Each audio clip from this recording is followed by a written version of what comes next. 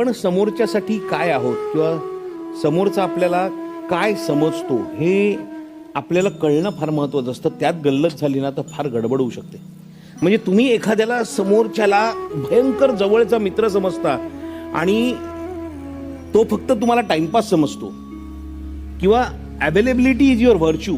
त्यांनी फोन केला की तुम्ही समोर ठिकाणी अवेलेबल आहात आणि काय तुम्ही इंटरेस्टिंग बोलता, तुम्ही छान हसवता, हे आहे.